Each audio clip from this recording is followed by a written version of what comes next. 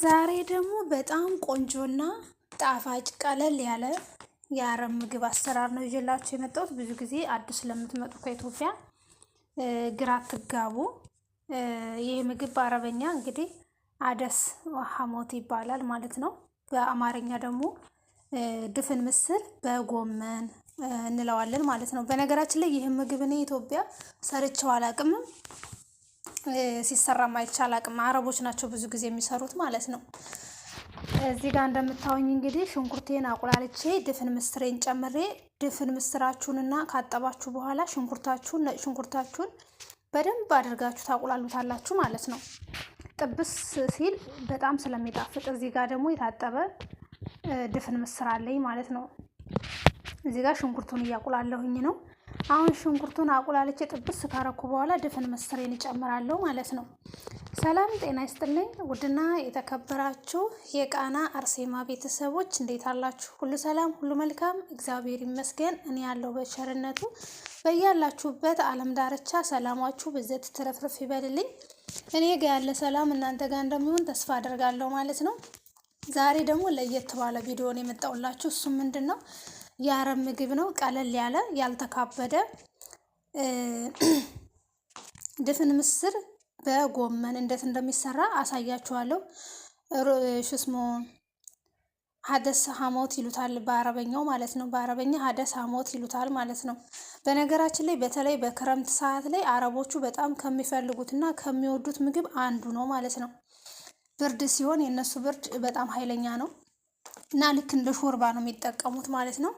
በጣም ነው የሚጣፍጠው። ጣት ነው የሚያስቆረጥመው። እዚህ ጋር ቁላልቼ ጨራርሼ ውሃ ከልሼዋለሁ። ምክንያቱም ድፍን ምስሩ መብሰል ስላለበት፣ ጎመኑ ደግሞ ብዙ አያለፋም ቶሎ የመብሰል ባህሪ ስላለው ጎመኑ ማለት ነው። እዚህ ጋር ጎመኔን እየከታተፍኩ ነው። እዚህ ጋር ሎሚ ያለኝ፣ ሎሚ ጨምቃችሁ ትጨምራላችሁ። የምትፈልጉትን ቅመማ ቅመም ትጨምራላችሁ ማለት ነው።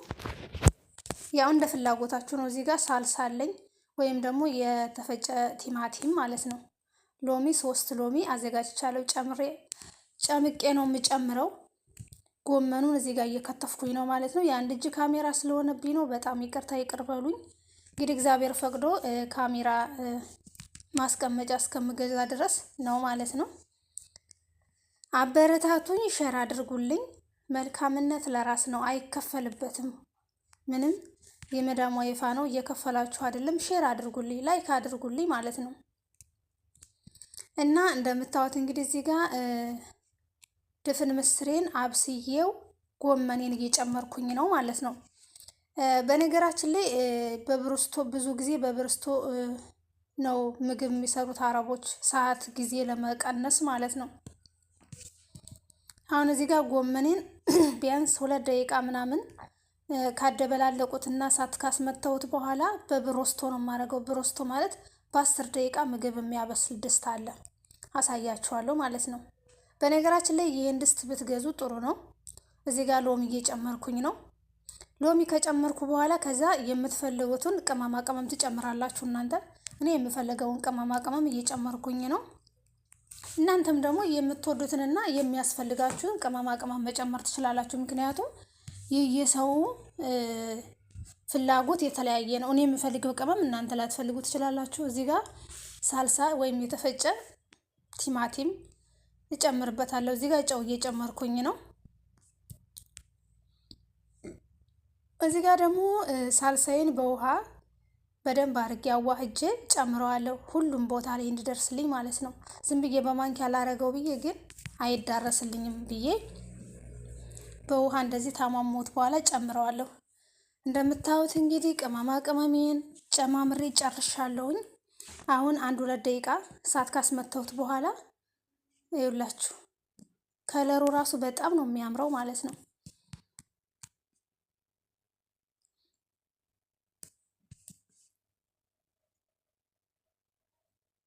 ለ2 ደቂቃ እንደዚህ ካቆያችሁት በኋላ እሳት ላይ ከዛ በብሮስቶ ነው ያረኩት እኔ ቶሎ እንዲበስልልኝ። አንደኛ ልጆቹ ከትምህርት ቤት መምጫቸው ሰዓት ስለደረሰብኝ ቶሎ እንዲደርስልኝ ብዬ ትንሽ እሳት ካስመተውት በኋላ ለ2 ደቂቃ ምንድነው ያደረኩትኝ ወደ ብሮስቶ። እዚህ ጋር ደግሞ ያው ስሙ አይያዘኝም። የሆነ ቅመም አለ። እኛ እንግዲህ በገጠር የሆነ ስም አለው። በገጠርም ጠፋብኝ ትላላችሁ።